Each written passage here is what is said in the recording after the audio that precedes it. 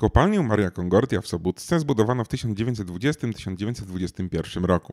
Przez wiele lat wydobywano w niej magnezyt aż do lat 90., kiedy to zamknięto zakład. Od 2009 roku kilka grup nurków jaskiniowych próbowało eksplorować zalaną część kopalni. Aż do roku 2010, kiedy w wyniku źle zaplanowanej akcji ekspedycyjnej znane wejście do Starego Szybu zostało trwale zamknięte. W roku 2012 grupa eksploratorów i nurków podjęła próbę odszukania innego szybu i ponownego dostania się do kopalni, by w końcu po wielu latach przekształcić starą kopalnię w przepiękne i wyjątkowe miejsce do nurkowania. Ciekawą i jakże zabawną historię Marii Concordii przybliży nam Paweł Myśliński, który zarządza tym obiektem i jak się okazuje jest nurkiem, ale także górnikiem. Dzięki i miłego słuchania. Podcast z podwody. Rozmowy o nurkowaniu, sprzęcie i eventach nurkowych. Kieruj się pod wodę. Cześć Paweł. Cześć. Powiedz mi, gdzie ostatnio nurkowałeś? No oczywiście w kopalni. Rozumiem, że we własnej kopalni. W sumie nie we własnej, w zaprzyjaźnionej kopalni, ale tak się składa, że w Polsce nurkuję głównie w kopalniach, bo mam najbliżej. No właśnie, bo jesteś nurkiem technicznym, dosyć bardzo doświadczonym, nurkiem jaskiniowym, do tego instruktorem nurkowania, członkiem grupy ratownictwa specjalistycznego. Nie jestem. Już nie? Nie. A nie. No i co jeszcze? Specjalizujesz się także, przynajmniej tak mam napisane, specjalizujesz się także w dostępie linowym. Tak. A w wolnym czasie co? Skaczesz z samolotów dobrze lecących? Nie, już nie skaczę, już niestety. Właściwie teraz przesiadłem się na rower. Przez ostatnie lata to jest takie hobby. Wszystkie niebezpieczne rzeczy obcinam, więc tylko bezpieczne rzeczy, rower i nurkowanie w kopalniach. Porównałeś nurkowanie w kopalni do jazdy na rowerem? To... Ale może mnie przekona, że to jest naprawdę proste i bezpieczne. Ale mogę ci wytłumaczyć, że to jest zupełnie prawie, że to samo, bo jeżeli czujesz się dobrze na rowerze, jedziesz sobie, uprawiasz kolarstwo romantyczne, jedziesz i patrzysz, co jest ciekawego za kolejnym zakrętem, to nurkowanie w nieznanej kopalni albo w jaskini to jest dokładnie to samo. Płyniesz sobie i zastanawiasz się, co jest za kolejnym zakrętem. I ta ciekawość cię tam niesie i czasami sobie podłubiesz w jakiejś ścianie, żeby się przekopać dalej i to jest bardzo podobne. Czekaj. No już mój mózg wysiadał. Podłubiesz w ścianie, żeby się gdzieś przekopać jeszcze pod wodą, tak? Tak. No, kopalnie mają to do siebie, że przynajmniej te dwa obiekty, które mamy dostępne nurkowo w Polsce, czyli kopalnię w Kowarach i kopalnię moją, czyli w Sobótce, były eksploatowane i eksplorowane przez górników, kiedy nie były zalane. A ponieważ górnicy muszą oddychać, to część korytarzy, która była już niepotrzebna do eksploatacji, oddzielano tak zwanymi tamami, żeby nie wentylować niepotrzebnie tej kubatury. No i po zalaniu wodą okazuje się, że żeby zwiedzić jakąś część kopalni, przeszkadza nam tama górnicza. Więc trzeba tą tamę rozebrać pod wodą. W kopalni. Widziałem takie te śluzy, jak to się nazywa, drewniane. Ostatnio byłem w kopalni w Wieliczce, więc wyobrażam sobie, jak to wygląda. No właśnie, dzisiejszy temat odcinka to jest Maria Concordia, kopalnia magnezytu, jak dobrze kojarzę, z roku 1920-21, czyli bardzo, bardzo stary obiekt. No i właśnie, ja bym zaczął chyba od historii, jak to się w ogóle zaczęło, że tu się spotykamy, a historia sięga tak dawnych lat. To znaczy, no historia... Tak, jeżeli chodzi o historię w ogóle kopalni, to 2 lata temu kopalni wybiło 100 lat. Kopalnia założona przez Niemców w 21 roku. Zresztą bardzo ciekawie Iwona moja zmusiła mnie do przeszukania archiwum państwowego i we wrocławskich archiwach nawet, słuchaj, dokumenty są założeniowe tych kopalni, są zeszyty trygonometryczne, gdzie były zapisane na przykład w postaci tam robaczków i kącików trygonometrii, gdzie jest zrąb szybu, gdzie który szyb miał swój początek, koniec, więc cała ta historia się zachowała. A jeżeli chodzi o historię naszą eksploracyjną, no to mamy tylko 12 lat. Od 12 roku jesteśmy sobie tam.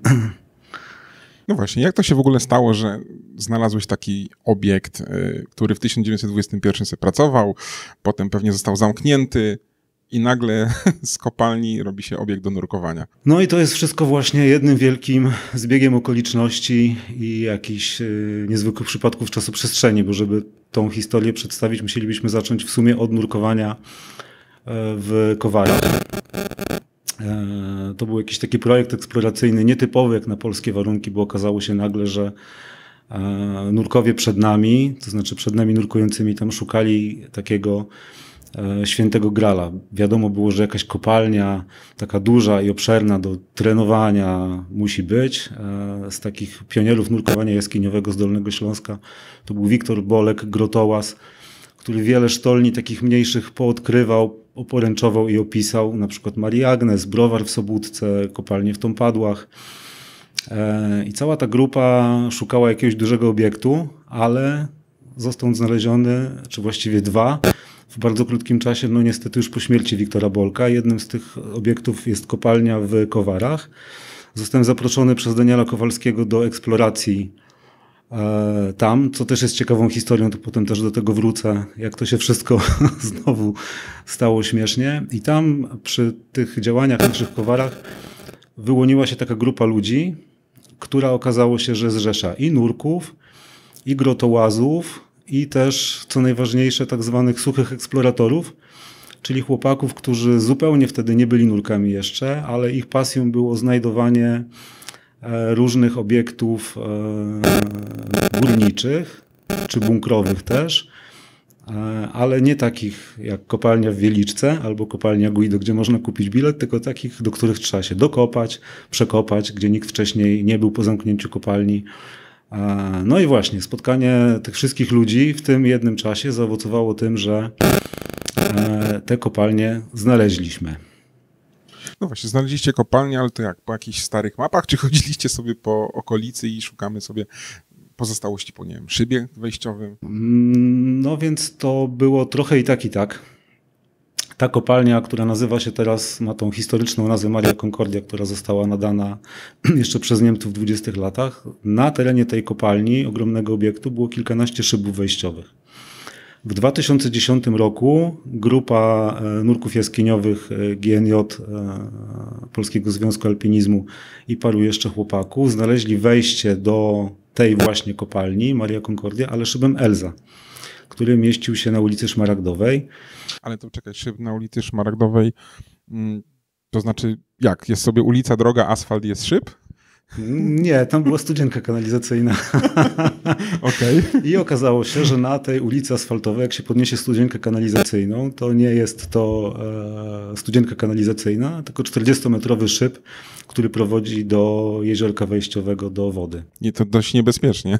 No, nikt nie wiedział, prawdopodobnie nie zdawał sobie sprawy z tego, albo nikt też nie myślał, że ktoś będzie tak szalony, żeby tam zaglądać, zjeżdżać i jeszcze chodzić, zwiedzać i nurkować. I oto Paweł z kolegami.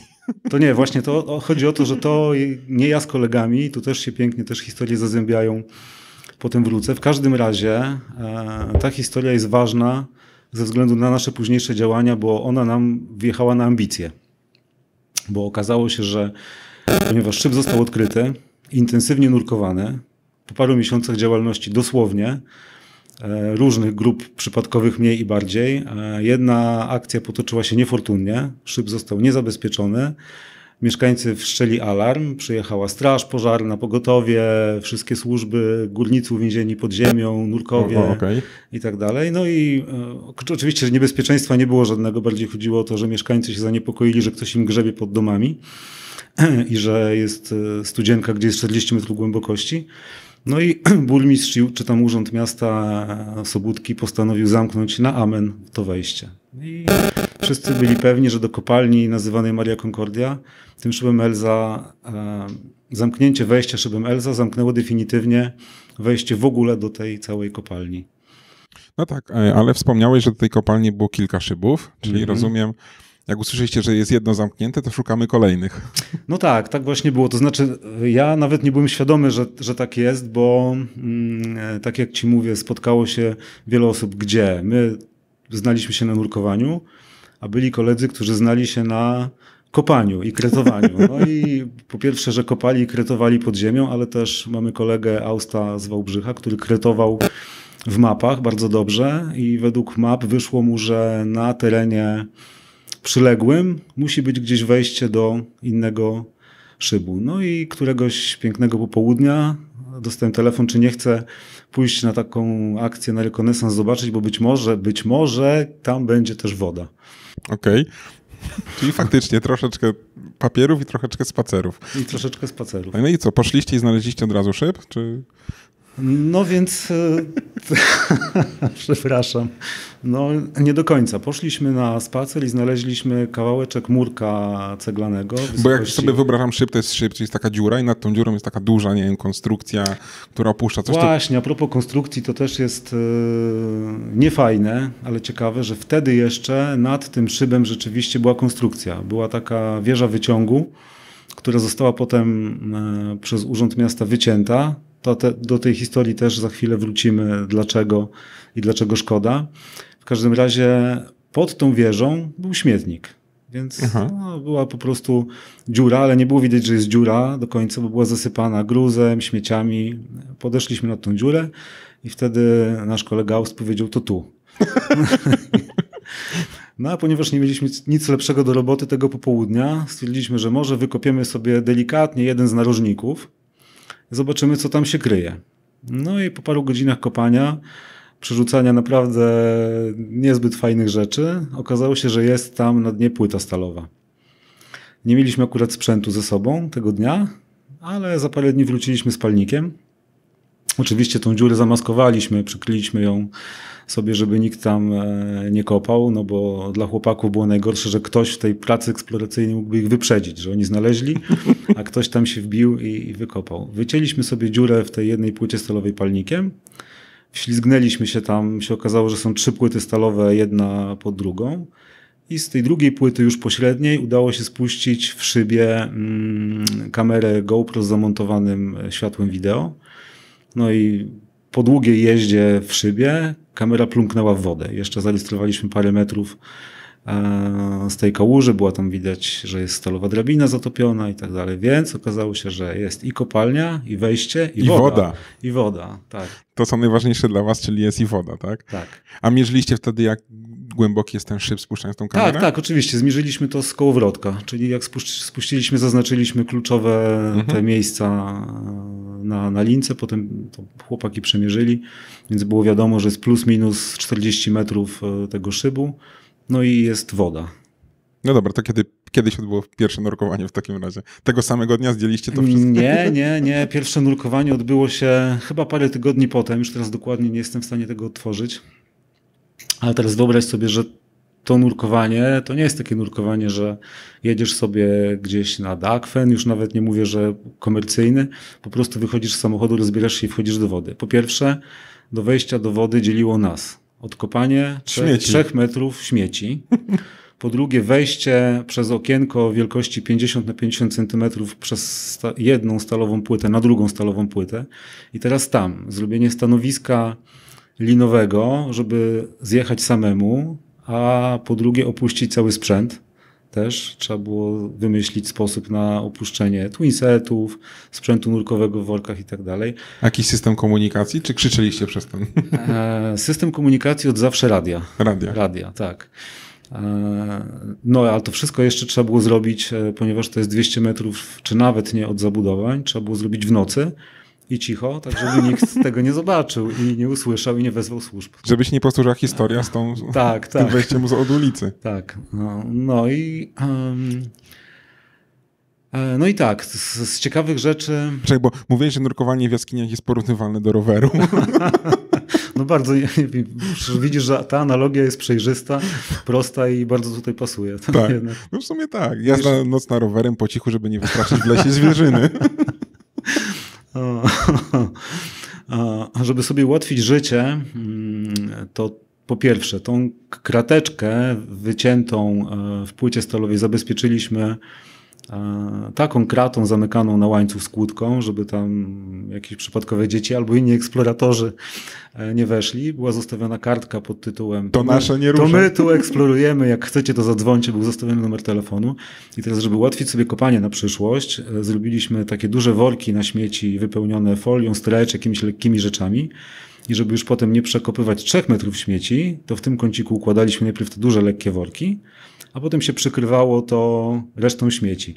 Kolejność już szła potem wiadomo jak było. Najpierw na te worki szła deseczka, potem zabawkowa ciężarówka taka połamana, potem coś tam, wszystkie artefakty tam były przygotowane i staraliśmy się, żeby za każdym razem dziura po wyjściu wyglądała tak samo. Wchodziliśmy koło 24, wychodziliśmy o 4 rano, o 5. Pięknie. Ale to naprawdę kawał roboty w ogóle, żeby to odgruzować, żeby tam się dostać tak naprawdę. No tak, no i szła nam ta praca eksploracyjna, jak się domyślasz, powoli. Tak. Bo nie jest to proste, po pierwsze, zebrać tyle osób, żeby podziałać, no bo, no co oczywiście najważniejsze, nie było wtedy wciągarki elektrycznej. Czyli wszystko, co robimy siłą mięśni. O ile wyciągnięcie sprzętu nie jest trudne bardzo, no bo robi się układ tam 3:1 linowy i... Jakieś bloczki, coś takiego? Tak, bloczki. Jedna osoba jest w stanie wyciągnąć te kilkadziesiąt kilo, no to reszta ekipy musi wyjść na linach. Dla normalnej osoby, która chodzi z paleo, nie jest to problem, ale jak wiesz, pewnie po nurkowaniu, zwłaszcza na kilkadziesiąt metrów, wysiłek nie jest wskazany. Tak. No i teraz jak to zrobić? Czy odpoczywać po tym nurkowaniu 2 godziny? Na dole? Nie ma czasu, bo trzeba wyjść przed tym, jak wstanie słońce. I ludzie pójdą do pracy. Tak, no więc no były różne metody, dużo tlenu na pewno, na wyczyszczenie się na dole, nitrox na tyle, na ile można było. Natomiast no, przy takich nurkowaniach eksploracyjnych przygotowanie gazów nie jest łatwe, bo nie wiesz, jaka głębokość cię czeka. Po prostu możesz wziąć tlen, żeby się wypłukać, ale niestety okazało się, że najpłytszy dostępny chodnik, jaki wtedy mogliśmy eksplorować, to było 30 parę metrów. Czyli całkiem sporo. Całkiem sporo. No tak jak na obciążenie dekompresyjne to dość dużo. Bo jak dobrze kojarzę, tam jest jakiś taki płytszy chodnik na 6 chyba metrach, tak? Teraz już jest. A to wykopaliście sobie go? Trochę tak. No to było oczywiście tak, że my wtedy jeszcze nie zdawaliśmy sobie sprawy z tego, że te tamy górnicze są tam postawione na tych pierwszych nurkowaniach, bo też, no pewnie już jesteś świadomy, jak ty jest w nowym miejscu, w nowym jeziorze czy w nowym miejscu, jak nurkujesz, skupiasz się trochę na sobie i na środowisku. Tak. Nie za wiele widzisz tych rzeczy, które cię otaczają. Dopiero po kilku nurkowaniach albo na filmie zaczynasz jakieś rzeczy dostrzegać. I to jest też tak, że nurkowaliśmy z kamerami oczywiście na kaskach, nie po to, żeby to wrzucać na YouTube'a, bo nie można było tego wrzucać na YouTube'a z oczywistych powodów, tylko dlatego, żeby potem samemu zobaczyć, co nas czeka i co przeoczyliśmy. No tak, bo analiza, skupiacie się bardziej na bezpieczeństwie przy życiu, jak to się mówi, niż na zwiedzaniu nowego miejsca. Na poręczowaniu, na tym, gdzie jest dobry punkt na poręczówkę. Tam pierwsze nurkowania wtedy tam zrobił Daniel Kowalski na ten najgłębszy poziom. Potem nurkowaliśmy razem. Potem okazało się, że jest jeszcze drożny poziom na głębokości 14 metrów. Taki dość krótki. I potem ten poziom 14 metrów był trochę takim przełomem, bo tam się okazało, że jest ułożona góra kamieni. A skoro jest ułożona góra kamieni, to trzeba zobaczyć, co jest za górą. Czyli rozkładamy górę kamieni. I jak się rozkopało tą górę kamieni od góry, okazało się, że jest przejście. No i potem załapaliśmy schemat, że góra kamieni, znaczy trzeba kopać. Oczywiście to kopanie to też nie wygląda tak, jak możemy sobie wyobrazić w ogródku, że przekładasz kamienie. Bo przekłada się kamienie, które tam leżą od 50 roku i przez ten czas pod wodą nazbierało się na nich trochę kurzu i po minucie przekładania kamyków nie widać nic. Wszystko jest w białym osadzie, w białej mączce i glinie i kopie się trochę po ciemku. No, bez widoczności. Stosowaliśmy też często taki system, ale to już i w Kowarach i tutaj, że jedna osoba kopie, a druga w strefie dobrej widoczności, czyli parę metrów od, czeka ze światłem albo z błyskaczem i wtedy ten kopiący zawsze ma taki backup w głowie, że jest partner z gazem, bezpiecznie ze światłem parę metrów od. To jest raz, a po drugie widzi światło. Nie? Nawet jak widoczność spadnie do 0,0, zasłoni swoje światło i płynie w stronę światła. Tak. Może to brzmieć dwuznacznie. Trochę tak. Ale to naprawdę w takim razie te początki były mega, mega trudne. Włożyliśmy sporo pracy, potem ułatwialiśmy sobie życie, zostawiając w ogóle tam twinsety na stałe. Już na dole. Na dole, tak żeby ich nie wciągać z powrotem. I teraz nie wiem, czy tłumaczyć te zasady zarządzania gazem jaskiniowego, czy to sobie odpuścić. Odpuśćmy sobie, nie? No, ale chodzi, najprościej powiem, że chodzi o to, żeby zawsze mieć wszystko zdublowane w nurkowaniu jaskiniowym, to po pierwsze, a po drugie nurkujemy na tak zwaną 1/3 gazu. I teraz 1/3 zużywamy podczas nurkowania, a 2/3 jest backupem. To tak najprościej w bardzo dużym uproszczeniu. Teraz mając twinset, czyli 2 butle 12, zostawialiśmy je sobie na dole, a na nurkowanie przyjeżdżaliśmy ze stage'em, czyli z jedną butlą 11-litrową i cały proces był taki, że zużywaliśmy na nurkowanie stage'a, a twinset cały czas był backupem, Okay. co zapewniało największą elastyczność, bo największy ciężar, największy klot zostawał, a my mogliśmy sobie tylko jedną flaszkę tak naprawdę podpiąć pod tyłek zjeżdżając z tą butlę w uprzęże. Przy tym ręcznym wciąganiu to już to rozumiem. Tak. No i to ułatwiało życie. No to ręczne wciąganie też taką anegdotkę ze sobą niesie, bo spółka, która jest założona celowo, żeby zarządzać kopalnią, nazywa się KLT. A co znaczy skrót? A to znaczy kopalnia latających twinów. czy coś ci przychodzi do głowy? Czyżby komuś twin spadł w tym szybie przez 40? Tak. O kurde. Tak, to było jednego razu już byliśmy mega zmęczeni. Z kolegą na dole podpinaliśmy sprzęt i wtedy do wyciągania twinsetów używaliśmy specjalnie uszytych worków. I w tym worku ta siemka była przełożona przez takie stalowe uszka i zaczepiona na linię. No i na górze chłopaki wyciągali to i po jakimś tam procesie, bo to oczywiście trwało nie 3 minuty, tylko dłużej, czekamy sobie na dole, rozmawiamy, 40 metrów oczywiście. No tak. Poniżej ziemi. I z góry słyszymy takie, polskie tradycyjne słowo na K, które oznacza niebezpieczeństwo. Więc odsunęliśmy się dość szybko, a po drodze było słychać jakieś trzaski i uderzenia. No i ten worek uderzył w lustro wody, zaczął pływać jak motorówka, bo jednym końcem uciekało powietrze. O matko. Udało się ten worek złapać, wyciągnąć, no okazało się, że jest cały zawór odbity. No i szkody były dość tam spore, no bo 2 stopnie automatów, właśnie cały manifold poleciał, ale kopalnia wtedy dostała roboczą nazwę KLT, kopalnia latających twinów. No i taką mamy historyjkę. Też mi się bardzo podoba. Mówiłeś też, że jeszcze opowiesz o tych konstrukcjach naziemnych, które były i zniknęły potem. Tak, ale to też się wiąże w ogóle z tym, dlaczego ta kopalnia się stała miejscem nurkowym i dlaczego postanowiłem tę ziemię kupić, a właściwie dlaczego tak się to wszystko potoczyło. Któregoś dnia wstałem rano i mówię, kupię sobie kopalnię. No, jak to oczywiście jest dużo sklepów z kopalniami, tak. W każdym sklepie z kopalniami możesz taką kopalnię kupić, ale jedziemy na miejsce i tam, gdzie była piękna wieża wyciągu szybowego, po pierwsze nie ma tej wieży, a po drugie nasza pięknie, pieczołowicie zabezpieczona dziura jest zasypana pod korek, gruzem i ziemią. Z tą waszą siatką i kłódką. Ze wszystkim. No, czyli tam... A w środku sprzęt.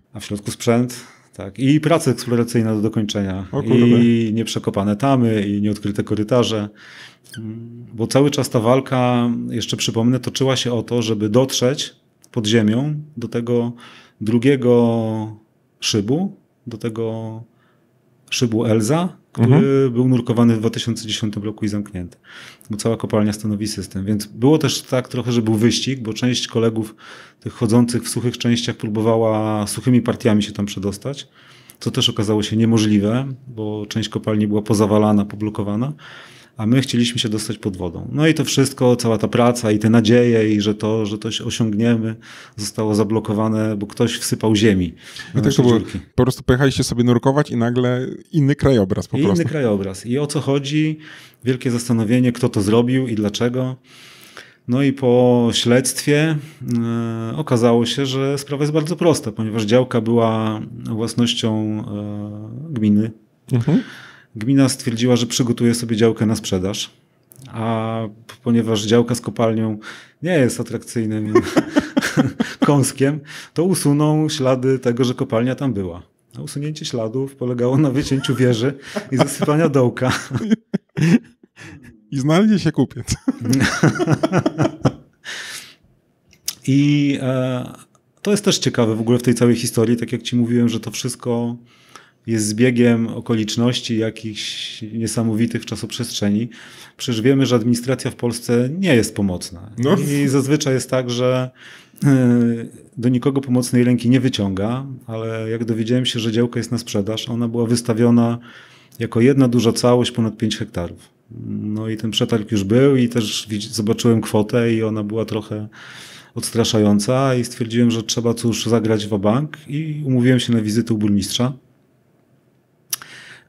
Wziąłem laptopa i pokazałem mu nasze filmy z podwody, co my tam robimy, co jest pod ziemią i właściwie pod wodą.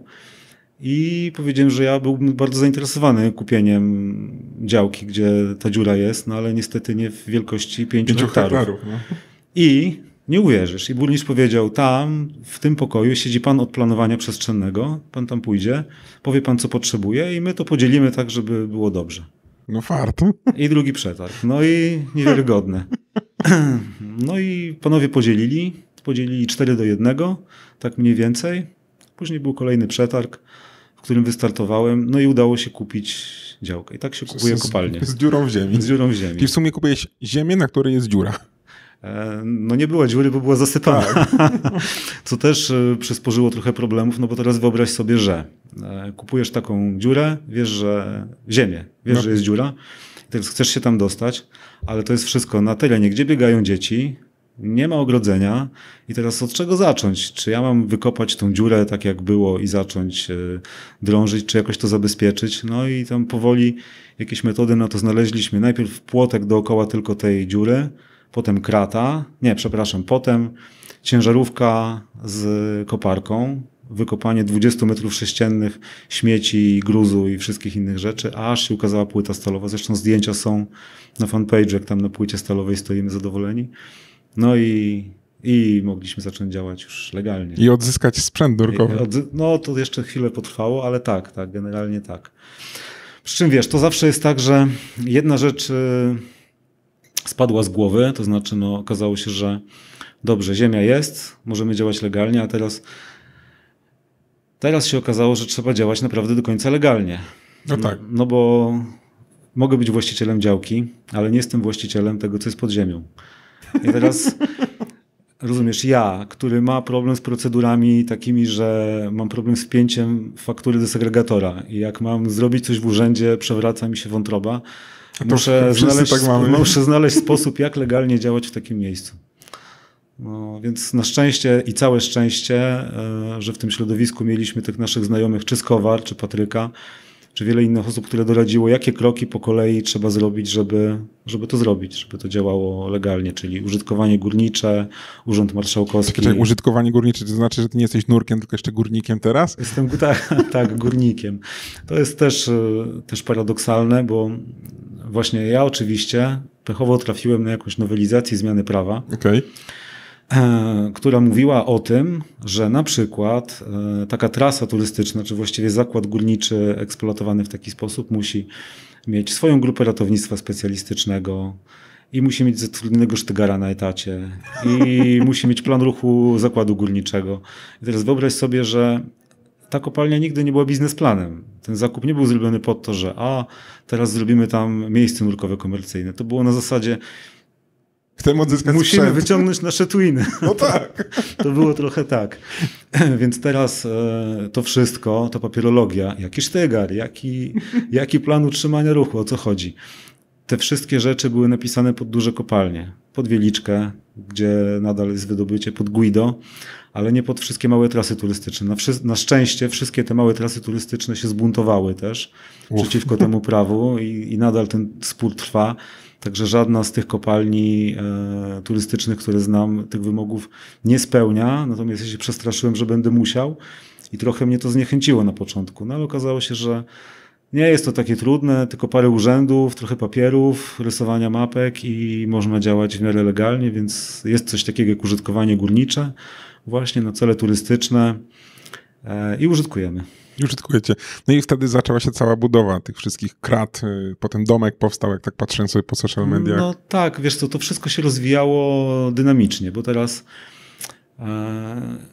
Historia tutaj jest taka, tak jak ci mówię, że nie było biznesplanu, to było tak, nurkujemy dla siebie. No i ponieważ już nurkujemy legalnie i u siebie, to można zacząć to udostępniać gdzieś tam na Facebooku i tak dalej. I skoro zaczęliśmy to udostępniać, nagle zaczęły się telefony, to my przyjedziemy tam zanurkować.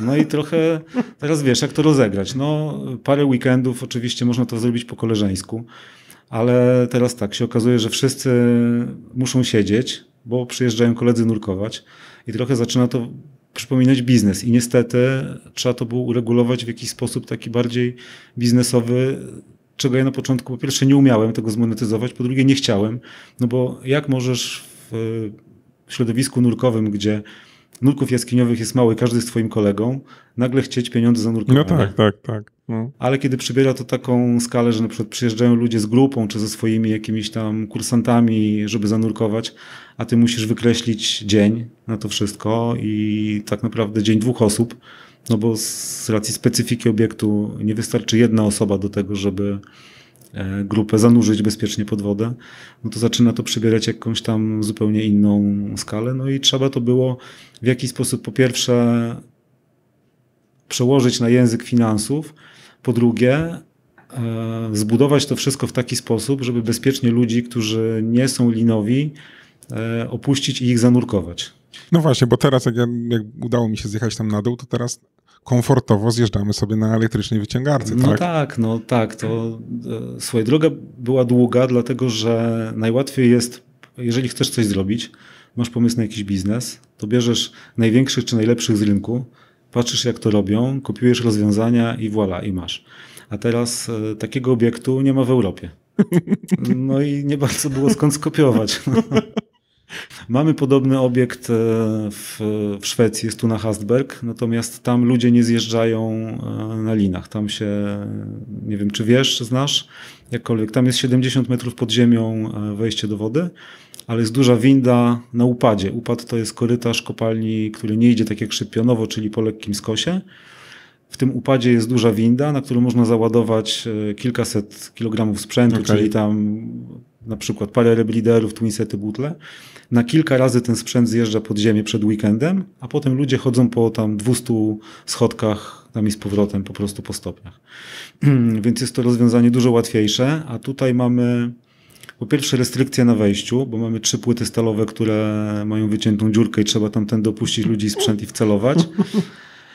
Po drugie trzeba opuścić bezpiecznie ludzi, którzy nie mają doświadczenia linowego. Oczywiście niektórzy mają, ale musisz zakładać, że nie mają. Dla bezpieczeństwa, że nie mają, bo mamy swoje jakieś tam procedury i teraz no pojawiło się, Jezu, jak to wszystko zrobić, jak to wszystko spiąć. No na szczęście całe to towarzystwo znowu okazało się linowo, nurkowe, jest na tyle zgrane, na tyle trzyma się razem i na tyle to mi przyszło teraz do głowy, że to jest to też, o czym mówił Andrzej Górnicki, o tym bezpiecznym środowisku. U nas od początku nurkowań czy tej pracy linowej, jeżeli ktoś coś robił nie tak, to bardzo szybko dostawał feedback, że robi nie tak i nikt nigdy się nie obrażał z tego powodu. Nie? Wiadomo, ja jestem nurkiem, nie jestem, przynajmniej wtedy nie byłem aż tak linowy. Chłopaki byli linowi, ale nie byli nurkami. Każdy każdemu mówił, co robić lepiej i właściwie ta kultura pracy trwa do tej pory. Może dlatego to wszystko, co zaczęliśmy jakoś, no nie chcę powiedzieć nieudolnie, ale zaczęliśmy w sposób amatorski, zaczęło wyglądać w sposób profesjonalny. No ja zjeżdżałem po raz pierwszy właśnie na takiej linie, to wydaje się proste, podczepić się i zjechać, tak? Wydaje się proste, generalnie jest proste, diabeł tkwi w szczegółach, tak. Jak wszędzie. Już teraz jest tak, że my mamy swoją stronę zapinania karabinka każdego, swoją stronę liny od każdego, każdy szczegół jest przemyślany, bo to w trakcie setek zjazdów wychodzą rzeczy, które potem, wiesz, one nie są groźne. Tak naprawdę. Groźnie jest, jak się parę rzeczy zbierze. I teraz okazuje się, że jeżeli podczepisz coś tam w sposób taki, to w jakiś sposób koliduje, czy naciska na przykład na lążę od ASAP-a podczas jazdu i do momentu, dopóki nic się nie dzieje, to nic się nie dzieje. Ale potem się może zadziać. Więc każdy ten taki drobiażdżyk przykładamy wagę, żeby wszystko, co niesie ze sobą jakąś kolizję w sprzęcie, po prostu usunąć. Pięknie. No dobra, to może teraz takie ogólnie tematy nurkowe. Jakie są tam głębokości, jakie poziomy? Bo mówię, że pierwszy poziom to był 32 metry, które znaleźliście, potem odkryliście na 14, Ale jest jeszcze ten chyba na 6, nie? To z tymi poziomami to, słuchaj, też jest tak śmiesznie. Dlatego, że my już zwyczajowo używamy głębokości średnich, czyli mówimy 6, 14, 25, 38. I takie są poziomy, rzeczywiście 6, 14, 25, 38. Ale przez te wszystkie lata, jak działamy, czyli od 12 roku, kiedy zaczęliśmy, a jakaś tam krótka tabelka czasowa, w 12 roku pierwsze nurkowania nielegal, w 17 roku zasypali nam kopalnię i był przetarg, który trwał mniej więcej rok czasu, te wszystkie procedury. W 17 roku pod koniec udało się, tak, w 17? No chyba tak, kupić działkę i zaczęliśmy działać legalnie. I teraz od 12 roku poziom wody spadł mniej więcej o 10 metrów, a potem zaczął się podnosić. Okay. 10 metrów, to są 3 piętra. No właśnie, czyli sporo. To nie jest tak, że to też niosło ze sobą jakiś taki problem, ponieważ my przygotowaliśmy stalowe podesty, na których się stoi nad wodą i ubiera. To były już 2 akcje przenoszenia tych podestów. Całych raz piętro niżej, potem piętro wyżej, a teraz jest sytuacja taka, że w świetle szybu nad wodą są przygotowane ławki z kraty takiej pomostowej i ubierając twinset, który stoi na tej ławce, musisz być w suchym skafandrze, bo woda jest prawie do połowy uda. Okay. Nie? Czyli woda znowu podjechała wyżej, więc my poruszamy się w tych głębokościach średnich, bo tak jest najłatwiej, ale ten poziom, który nazywany jest 6, był przez moment poziomem 3, a teraz jest poziomem 9.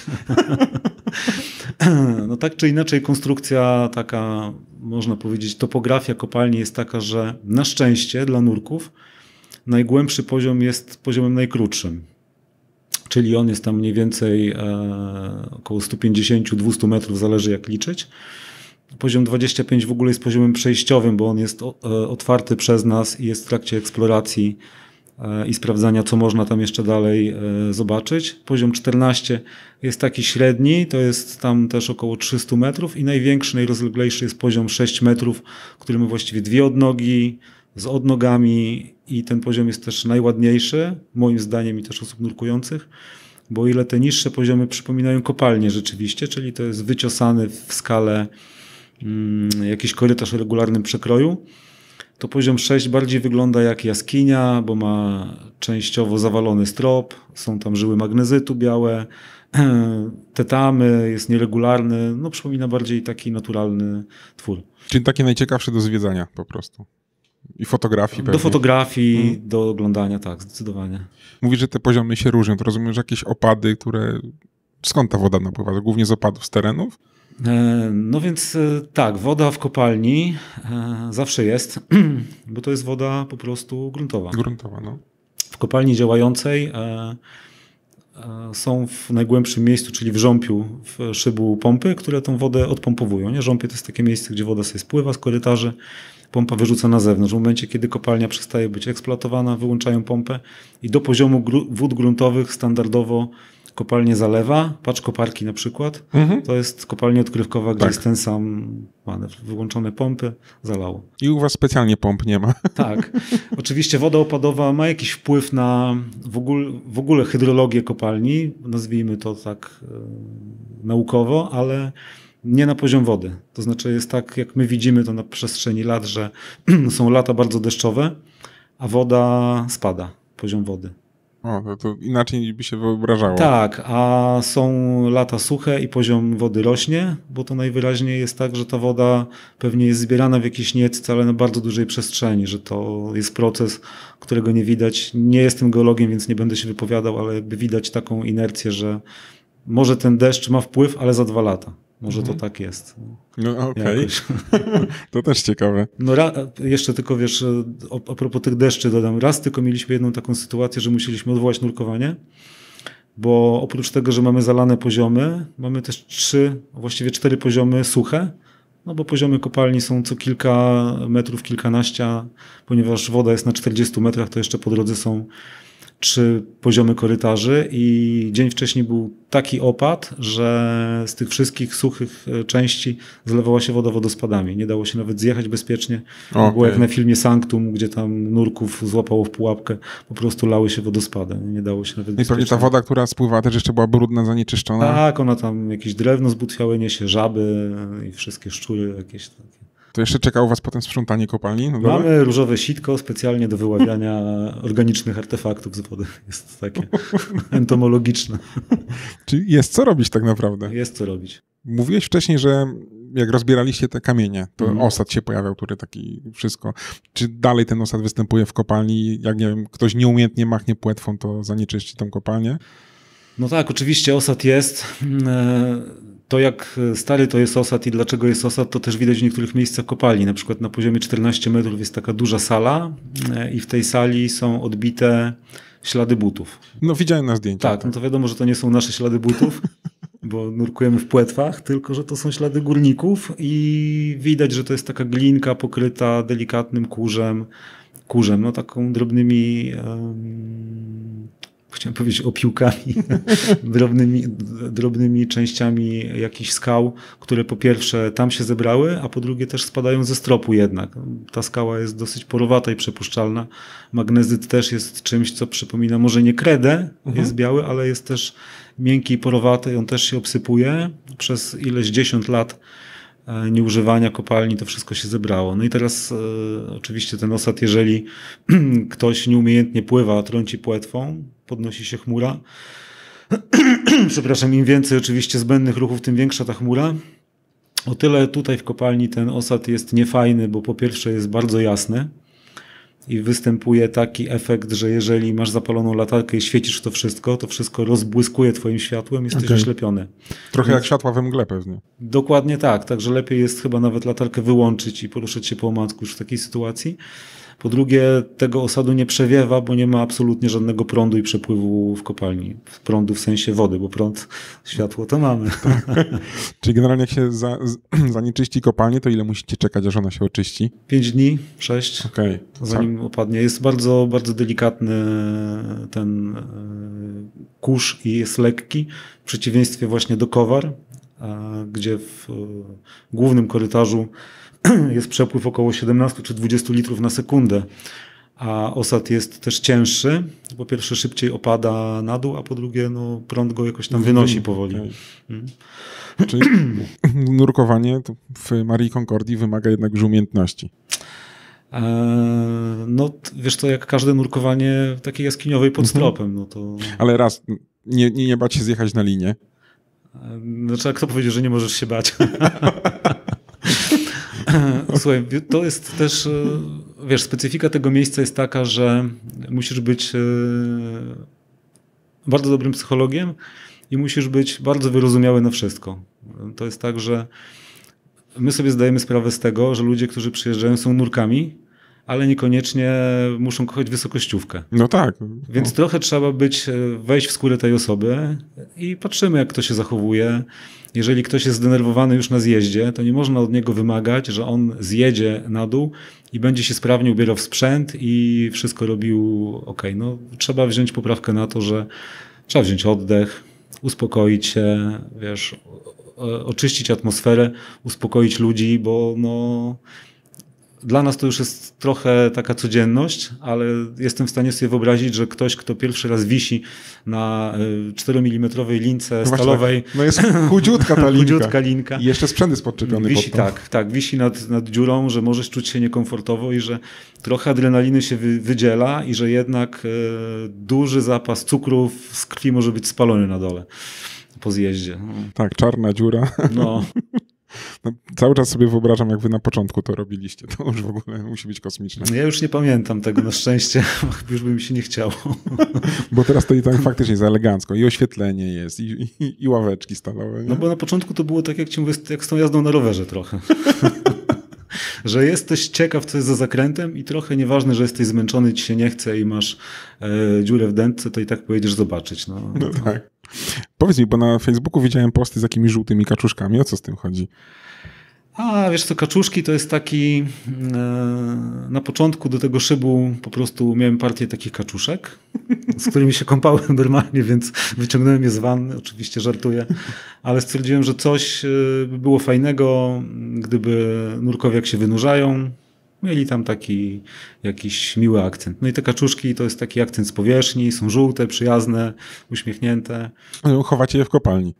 No nie chowamy ich, no one tam po prostu żyją sobie w tym jeziorku. A powiedz mi, gubią czasem coś nurkowie w Marii Concordii? Sprzęt? Wiesz co, nie. Najczęściej gubią niestety markery, czyli kuki albo swoje jakieś tam strzałki. Które powinni zabierać po kończeniu nurkowania. Które powinni zabierać i w wielu takich obiektach overheadowych jest tak zwany line of shame, czyli linia wstydu, gdzie wiesza się te zostawione markery na wejściu, żeby było widać. My nie mamy line of shame, ale mamy podłogę wstydu, czyli to miejsce, gdzie patrzy się przy wciągarce na dół, wszystkie markery są zrzucone tam na tą płytę stalową i sobie leżą. Jedną z tych, którą wycinaliście dziurę kiedyś. Tak, i tam już jest kolorowo teraz od markerów. Rozumiem, że każdy marker jest pewnie jeszcze podpisany. No, czy tam jakimiś inicjałami, czy zaznaczony. Tak. Mówisz, że już kolorowo to całkiem jest sporo. Całkiem, myślę, że kilkadziesiąt to już się nazbierało. Co nie powinno tak być. Słuchaj, no ludzie zostawiają. Może wiesz, może w pośpiechu opuszczają korytarz. Ciężko powiedzieć. Tam... Powiedz mi, jakie w ogóle warunki panują w kopalni? Tam jest temperatura stała temperatura wody, czy się zmienia w stosunku co do pory roku? Temperatura jest stała. W ogóle w obiektach podziemnych poniżej głębokości przemarzania gruntu jest zawsze średnia roczna. Czyli dla Polski tutaj tego obszaru to jest 11 stopni i tak mamy i temperaturę powietrza, i temperaturę wody. Czyli jak jedziesz zimą i na dworze jest minus 20, to na dole w kopalni masz przyjemne 11, a jak jedziesz latem i masz plus 30, to masz przyjemne 11. Czyli zawsze jest przyjemnie. Zawsze jest przyjemnie.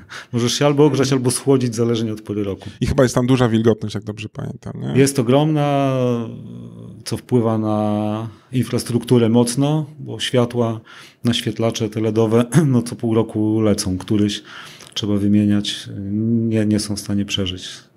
Dużo w ogóle czasu wam zajęło zbudowanie tej całej infrastruktury, tych poziomów, tych oświetleń? To ciężko powiedzieć, bo to nie było zadaniowo, że dziś robimy to, tylko to są też tak jak i z bezpieczeństwem, to są częściowe ulepszenia co chwilę. Nie? Więc tam był pomysł, najpierw oczywiście nie było prądu, podprowadziliśmy prąd.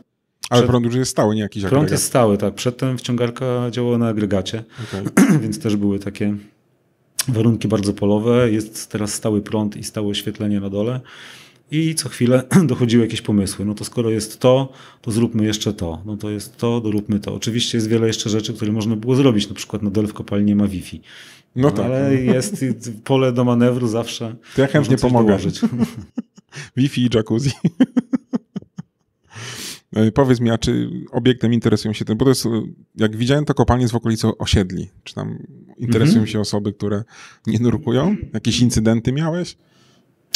Oczywiście, że się interesują sąsiedzi z najbliższego sąsiedztwa oczywiście. Jak zaczęliśmy działać, no to przyszli zaniepokojeni zapytać, co tu się będzie działo, czy te korytarze to idą... Podwodny aquapark. Tak, czy korytarze idą pod domem. I rzeczywiście ta najbliższa ulica nas to jest turystyczna. Jest tam jeden korytarzyk, który idzie w stronę tej turystycznej, do niej nie dochodzi, ale na głębokości 50 metrów, więc nie ma wpływu. Ale rzeczywiście, jeżeli się popatrzy na takie wszystkie przekroje kopalni, wszystkich poziomów naniesione na siebie, to sektor cały w kierunku powiedzmy południowo-zachodnim wygląda jak kretowisko albo mrowisko, jest poryty. Natomiast tam nie ma żadnych budynków. To jest jeden nieużytek w tej chwili. Oczywiście jest też tak, że część kopalni dochodzi poza ulicę tą szmaragdową, czyli taki ostatni kawałek kopalni, ten szyb Elza, o którym rozmawialiśmy. Jest tam też część kopalni poniemiecka, bo chyba według naszych takich domysłów i ustaleń było to tak, jest tak zwane osiedle górnicze za ulicą Szmaragdową, że tam po wojnie powstało osiedle domów jednorodzinnych i pozwolenia na budowę były wydawane na podstawie map górniczych, ale polskich, gdzie eksploatacja odbywała się poniżej tego ostatniego poziomu niemieckiego, czyli 40 metrów plus głębiej.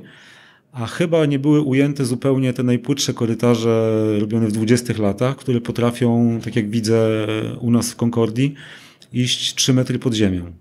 Bardzo płytko. Tak, i były przypadki, że na osiedlu szmaragdowym takie przypadki jak na Florydzie, w Krasie, gdzie na przykład w ogródku komuś wpadło drzewo do jamy, bo z jakichś powodów korzenie osłabiły strukturę tego najpłytszego korytarzyka i całość się zapadła. No więc jakiś to wpływ ma, oczywiście ludzie się interesują, ale no, działamy też transparentnie, sąsiedzi byli wielokrotnie zapraszani, żeby zjechać na dół, na grilla, ale nie skorzystali. Zaglądali tylko z góry. A powiedz mi teraz takie informacje praktyczne, jakby ktoś chciał właśnie zanurkować w Marii Concordii, to jak najłatwiej się umówić? Kupujesz jakieś bilety, bramki wejściowe, czy dzwoni się do ciebie? Dzwoni się do mnie, albo pisze się na Messengera facebookowego, albo pisze się maila, który jest na stronie www, z pytaniem o termin. No i oczywiście, co najważniejsze, trzeba posiadać odpowiednie umiejętności i doświadczenie, czyli certyfikat jaskiniowy, który upoważnia do nurkowania w zamkniętej przestrzeni. I potem się umawiacie na konkretny dzień. Umawiamy się na konkretny weekend. Działamy tylko w weekendy, bo większość ma pracę dla dorosłych i musi chodzić do pracy niestety.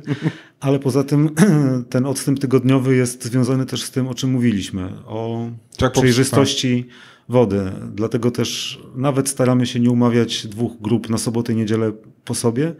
Tak, bo różnie może być. Tak, lepiej, żeby ktoś, kto przyjeżdża, miał doświadczenie na wysokim poziomie, czyli na przykład widział kopalnię, a nie nurkował w mleczku. No zdecydowanie, tak, nie?